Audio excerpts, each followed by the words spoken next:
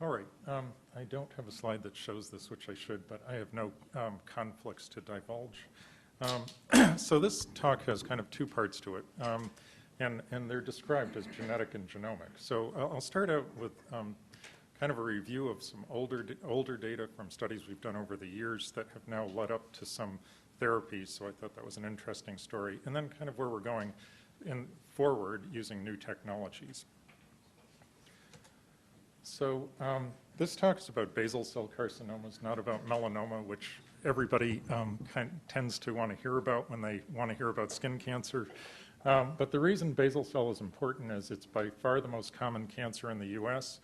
It's rarely lethal because it doesn't metastasize, but it's locally invasive. And since most of these occur on the face, treatment can be very disfiguring.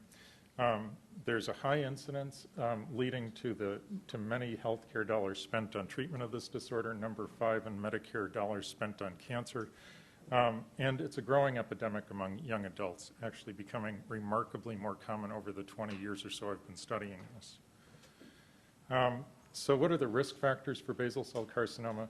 I think everybody would agree that UV exposure is a risk factor. And from a study that Susan Main and I are doing now, as well as a lot of past data, this seems to be especially important in childhood, bad sunburns in childhood and adolescence. Ionizing radiation is a known risk factor, arsenicals and probably some other chemicals in the environment as well. Host factors that are obviously associated with this are skin color. So if you look at data from the United States, there are almost no African Americans, like in the SEER data and other kinds of like large-scale, not exactly registry data, but large-scale data. There are almost no African Americans who get skin cancer. And those who, or this is non-melanoma skin cancer, and those who do usually either have a genetic syndrome or they get it from burns or some really unusual kind of thing. A non-healing burn can cause skin cancer. This is a little less well-defined, the capacity to repair UV-induced damage, but it's clear that humans have variation in this trait, and there are a lot of studies trying to address this one way or another. And then there's this big category for me called rare genetic syndromes. And I'm going to talk about one of those that has actually given us a lot of insight into this kind of cancer. So this syndrome is Gorlin syndrome, also known as the basal cell nevus syndrome and the Nevoid basal cell carcinoma syndrome. And the characteristics of this disease are multiple basal cell carcinomas, hundreds to thousands in a lifetime, cysts of the jaw, and these kind of unusual pits of the palms and soles. And without going into the details, there are also some other birth defects associated with this disorder.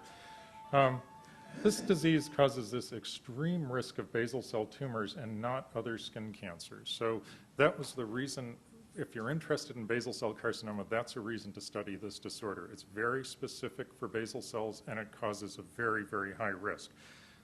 Having said that, I should mention that there are some internal malignancies that occur to excess in this syndrome, nothing like the risks of skin cancer, but patients are also prone to these tumors, and I want you to just remember this one, medulloblastoma, because it comes up again later.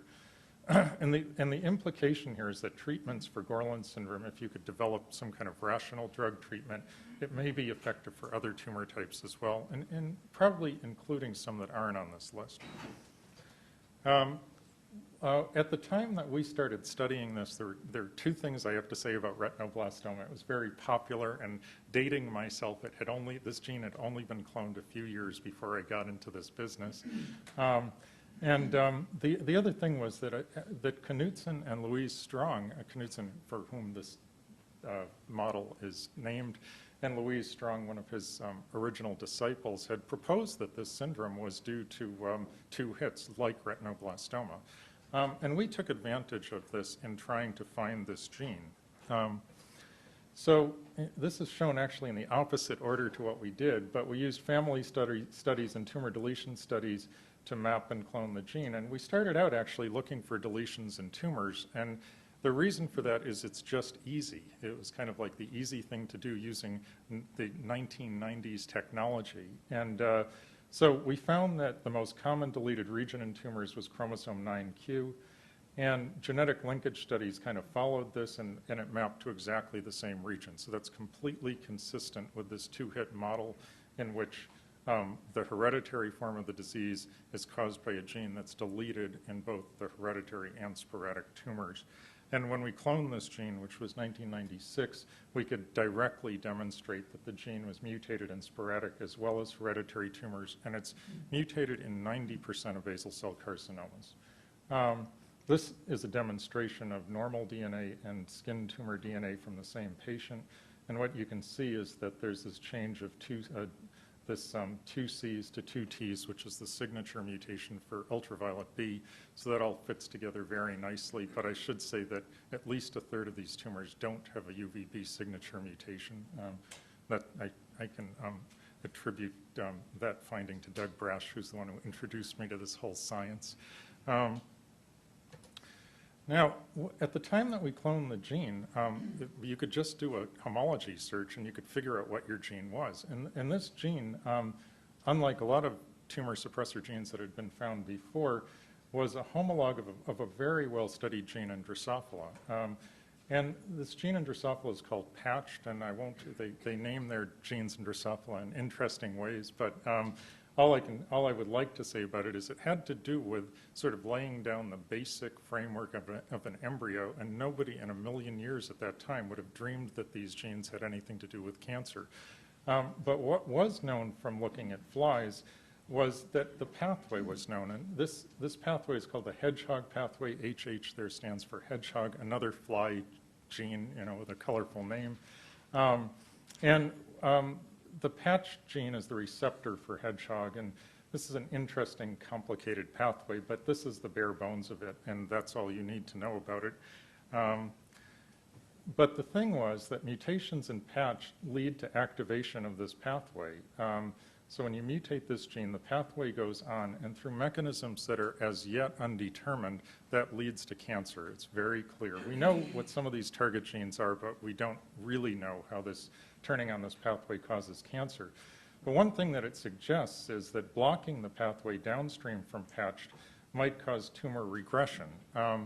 And there was evidence from some natural substance called cyclopamine that blocks this particular protein that you could actually make tumors either go away or regress from blocking the pathway at that point.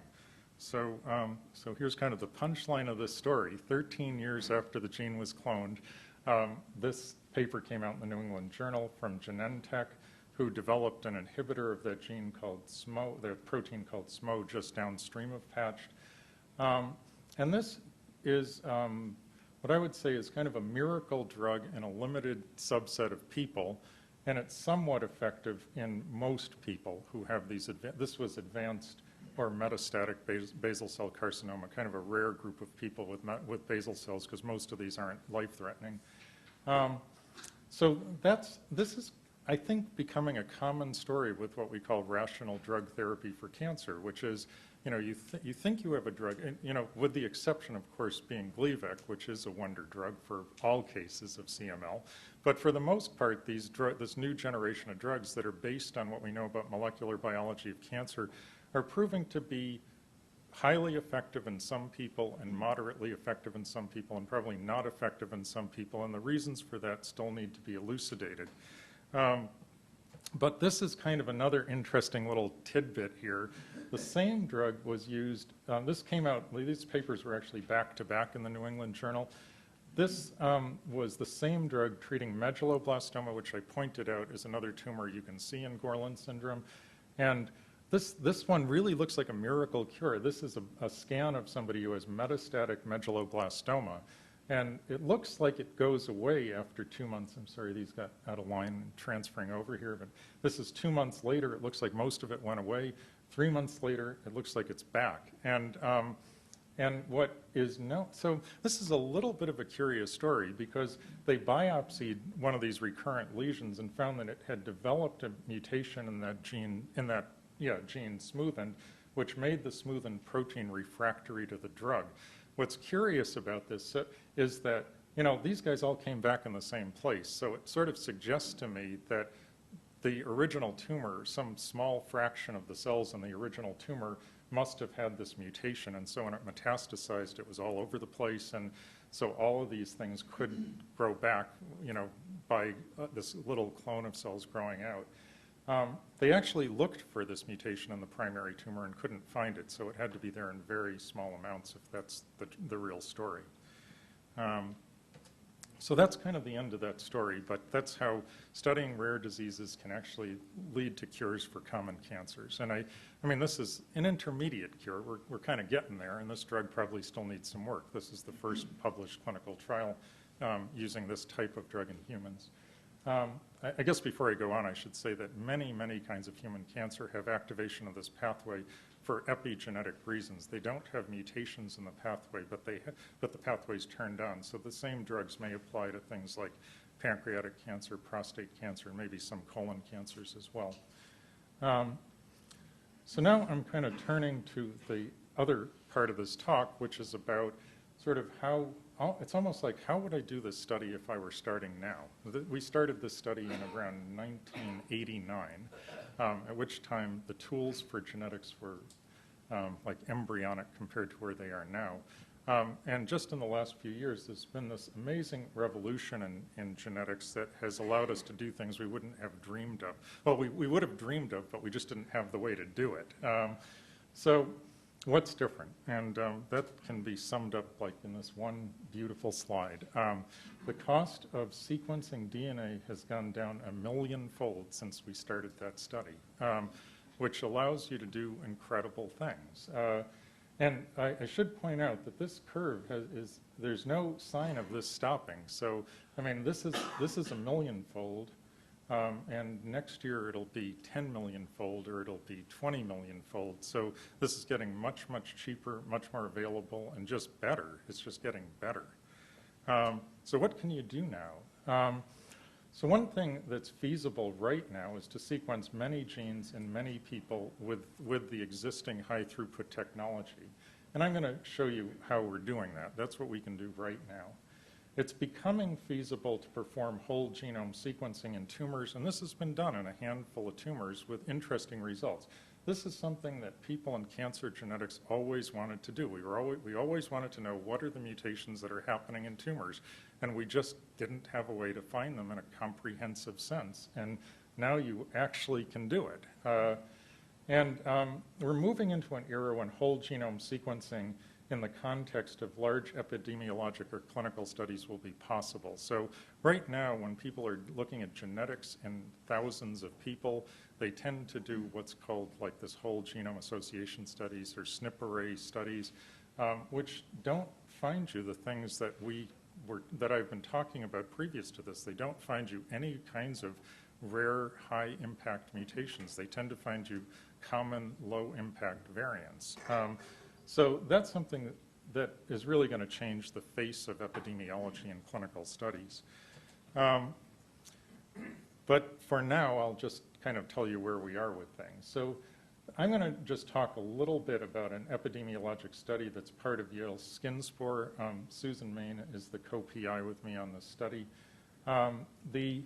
This is a case control study with a planned enrollment of 500 cases of people with basal cell carcinomas under the age of 40 and 500 matched controls.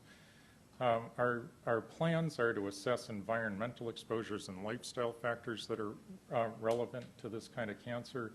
We're analyzing all subjects for this gene called MC1R, also known as the red hair gene, basically because it's easy to look at that gene, and it's a small gene, easy to look at, and because this gene seems to be quite important in melanoma risk. It's one gene that's been validated as an important risk factor for melanoma.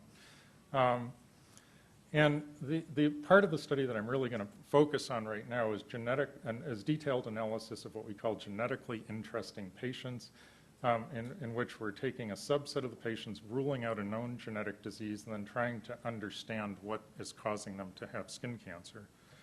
And genetically interesting means, so there are 56 individuals selected so far as genetically interesting. They have multiple or very early basal cell carcinomas, or they have an unusual personal or family history of other cancers. So far, we've done extensive evaluation of just 23 of these. 5 of those have Gorlin syndrome, One of them has Fanconi anemia, which in this case probably does explain, because there was a bone marrow transplant, probably does explain a risk of basal cell carcinomas. And the remaining 3/4 of them are what we call mystery cases. And some of these mystery cases, I mean, we've known about these for years. Just because I've been studying basal cell carcinomas for years, I've known about these people who have like 50 basal cell carcinomas, and they don't have Gorlin syndrome, and we don't know what they have. So we're interested in, and they're not all that extreme, but there are a lot of extreme cases in here. So what we started out doing was a pilot study to evaluate candidate genes. And the candidate genes that we chose to evaluate are the common genes for this very rare disease called xeroderma pigmentosum and the genes for albinism. Having seen 23 of these patients, there is at least a subset of them who have an enormous amount of skin damage at the age of like 30, 35, something like that. They don't have xeroderma pigmentosum in the classic sense, but they could have a mild version of it. And then there's also a group of patients who just have remarkably fair skin. They're not actually albinos because they just don't meet the criteria for that diagnosis, but they look albinoid. They have what I would call albinoidism. So what we've chosen to do is to look at a group of pigment genes and a group of xeroderma pigmentosum genes, and just to say a couple words, these two top genes here account for most albinism in the United States, and these 3 genes account for most xeroderma pigmentosum in the United States. But, I mean, xeroderma pigmentosum is exceedingly rare. 1 in a million people have it. Albinism, it's more like 1 in 20, 1 in 40,000, something like that. And this was a total of 75 kilobases of 75 kb, yes, of DNA from 96 people that we evaluated with high-throughput sequencing. So what did we find by doing this? Not surprising. So this is a graph that shows you the frequency of a variant versus, it's just, this baseline is just showing you all the variants that we found in the study. This is a blow up of this end here. And what you see is that when we see a variant, say in 50% of people, it's a known common polymorphism. It's not something that has to do with this phenotype. That's not what we're looking for in the study. We're actually looking for the things down here, all these rare things, and looking for mutations that are really, really high impact mutation that cause disease.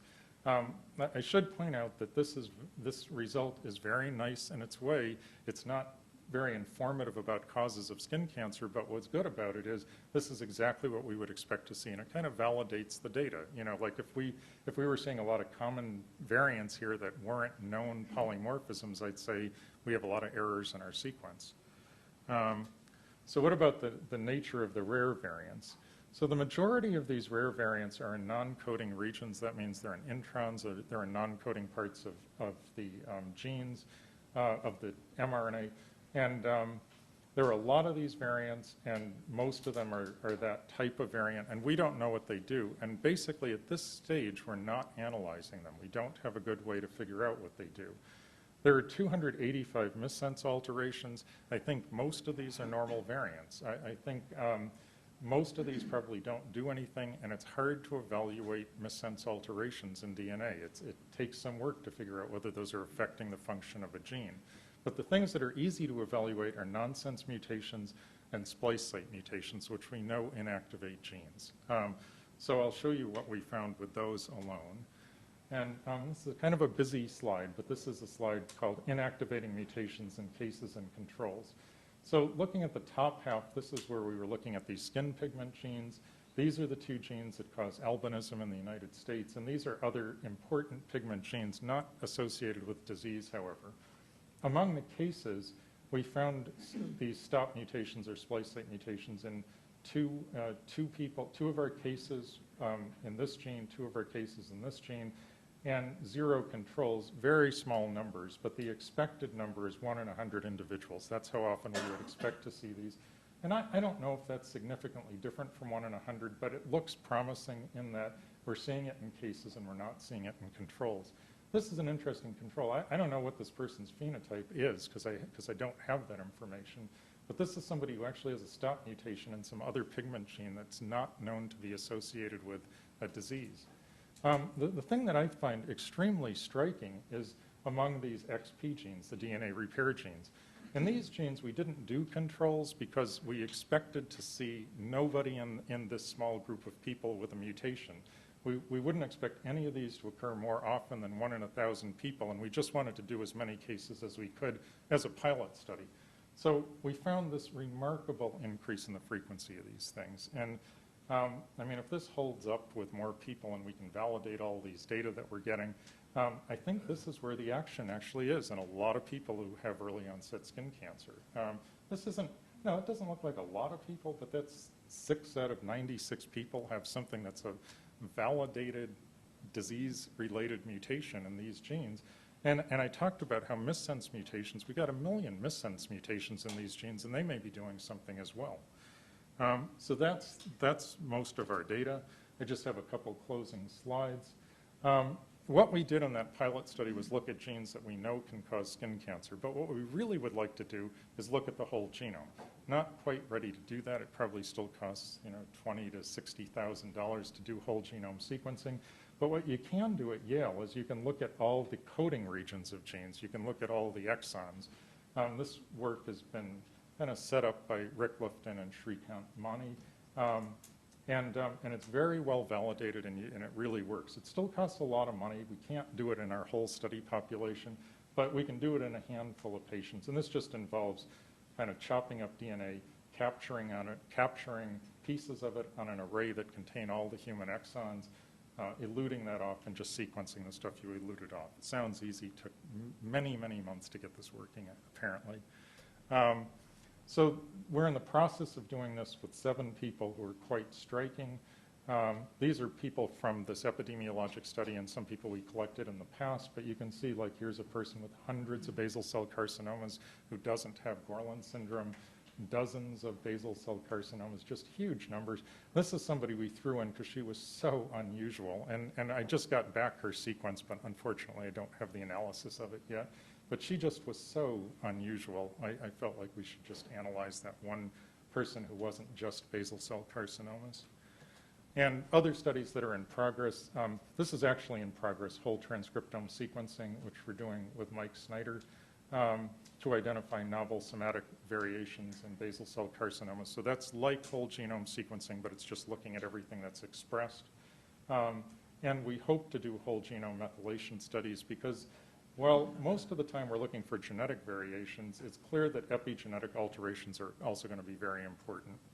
And I just want to acknowledge, wow, boy, that slide kind of changed its format a little. But anyway, just acknowledge the people who contributed to this work. The late May Gailani, who did an enormous amount of the work contributing to the Gorlin syndrome gene cloning. I mentioned Doug Brash and Dave LaFell, and there's another Dave LaFell, and there's another Dave LaFell. And I talked about Susan and this group of people. And Chris Heffelfinger is the one who got me into the collaboration with Mike Snyder. He's a graduate student who just wanted to work on this project. Thanks very much.